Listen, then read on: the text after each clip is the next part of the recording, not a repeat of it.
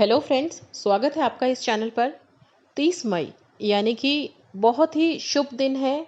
इस दिन सुहागन स्त्रियां सज धज कर 16 श्रृंगार करके अपने पतियों के लिए व्रत रखती हैं। जी हाँ, यहाँ हम बात कर रहे हैं वट सावित्री के व्रत की। तो ये बहुत ही पावन दिन है और सुहागन स्त्रियों के लिए बहुत बहुत ही खुशी का, बहुत ही रोमांच भरा दिन है। श्रद्धा से उस दिन भरी रहते हैं और हर जगह पॉजिटिविटी ही रहती है। तो इस दिन को हम कैसे अपने लिए, अपनी किसी भी चीज़ को अगर मैनिफेस्ट करना चाहते हैं, जो स्त्रियां व्रत करती हैं वो तो सारी विधि विधान से वो सारे पूजा पाठ करती हैं, लेकिन जो सुहागन सौभाग्यशाली स्त्रियां व्रत नहीं करती हैं उनके लिए ये उपाय है। और उसी के साथ साथ जो लड़कियां हैं, जो कुंवारी लड़कियां हैं, जो शादी के लिए काफ़ी टाइम से कोशिश कर रहे हैं लेकिन उनकी शादी नहीं हो पा रही है या लग भी रही है तो कहीं ना कहीं किसी प्रॉब्लम से शादी छूट जा रही है, तो उनके लिए ये उपाय है।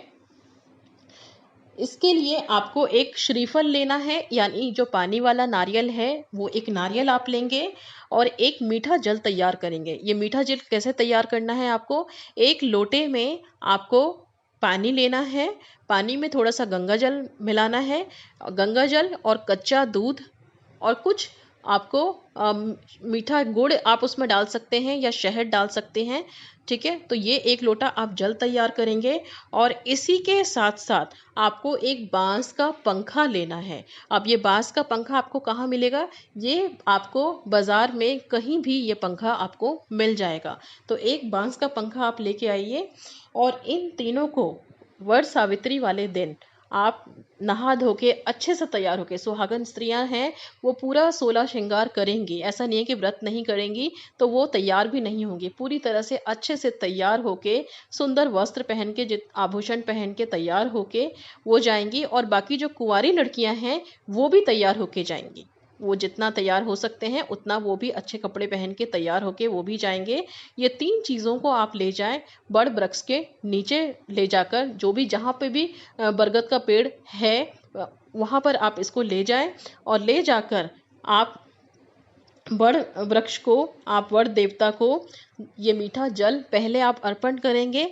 जल अर्पण करने के बाद आप उनको ये श्रीफल चढ़ाएंगे और श्रीफल चढ़ाने के बाद आपको जो आपने पंखा लिया है, अच्छा उस पंखे पर आपको, अगर जो शादीशुदा स्त्रियां हैं वो अपने पति का नाम लिखेंगी और जो कुंवारी लड़कियां हैं वो पति के नाम की जगह जीवन साथी लिखेंगी। ठीक है, वो जीवन साथी लिखेंगे। जिनको पता है कि हाँ उनका कोई स्पेसिफिक पर्सन है तो वो उनका नाम लिख सकती है, जिनको नहीं पता है तो वो उस पर बस जीवन साथी लिख देंगे। ठीक है, आपको ये लिखना है और इसके बाद इसको लिखकर आप इसको लाल रंग से आप लिखिए। लाल रंग का पेन यूज़ करिए, स्केच पेन, कुछ भी आप यूज़ करके इस पर लिखेंगे। लिखने के बाद आप इसको क्या करना है, वहाँ पर बड़ वृक्ष के नीचे इस पंखे को आपको उनको अर्पण कर देना है, उनको चढ़ा देना है।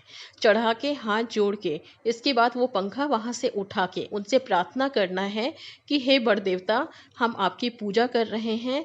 हमारे जीवन में जो भी हमारा जीवन साथी है उसे उसके लिए हम आपकी पूजा कर रहे हैं। वो जहाँ भी हैं उसको आप हमारी लाइफ में लेके आइए। इतनी हमें शक्ति दीजिए कि हम उसको अपनी लाइफ में अट्रैक्ट कर सकें, ला सकें। ठीक है, और जो भी सुहागन स्त्रियां हैं जिनके कुछ भी अगर प्रॉब्लम है तो वो अपनी प्रॉब्लम को उनके सामने बोल सकते हैं कि आप हमारे शादीशुदा लाइफ को, शादीशुदा जीवन को अच्छे से सुखमय मंगलमय बीते और हमारे पति की आयु लंबी हो, इसके लिए आप वहाँ पर उनके सामने बोलेंगे।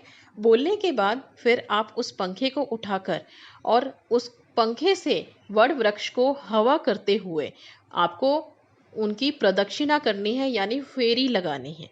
ठीक है, और ये फेरी आप इसको 11 बार भी लगा सकते हैं, 21 बार भी लगा सकते हैं। अपने सामर्थ्य के अनुसार जितना आप केपेबल हैं लगाने में, आराम से लगा सकते हैं, उतना परिक्रमा आप लगा सकते हैं। और अगर आप कर सकते हैं तो इसको 108 बार भी कर सकते हैं। पंखे को हवा धीरे धीरे देते हुए वृक्ष को आप 108 परिक्रमा भी लगा सकते हैं। और अगर आपने 108 परिक्रमा लगा लिया तो ऐसा हो ही नहीं सकता है कि जो मनोकामना आपने वर देवता से मांगी है वो आपकी पूरी ना हो। तो आप ये परिक्रमा लगाते हुए फिर जब परिक्रमा खत्म हो जाती है आप उनका हाथ जोड़िए, उनको हाथ जोड़ के फिर घर वापस आइए और उस पंखे को लेके आइए आप वापस। बाकी चीज़ें आप वहीं छोड़ के बाकी पंखे को आप वापस लेके आइए। और जो शादीशुदा स्त्रियां हैं वो क्या करेंगी, उस पंखे से अपने पति को हवा करेंगी, पंखा करेंगी। ठीक है, जब भी उनके पति घर आते हैं या जब भी आने के बाद वो उनको हवा करेंगी। और जो कुंवारी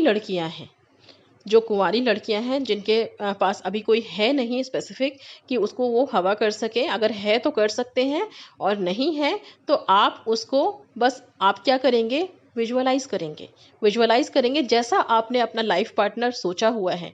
तो आंखें बंद करके उनको विजुअलाइज करते हुए आप वो हवा करेंगे, फील करेंगे कि वो ये पंखे की हवा उन तक जा रही है।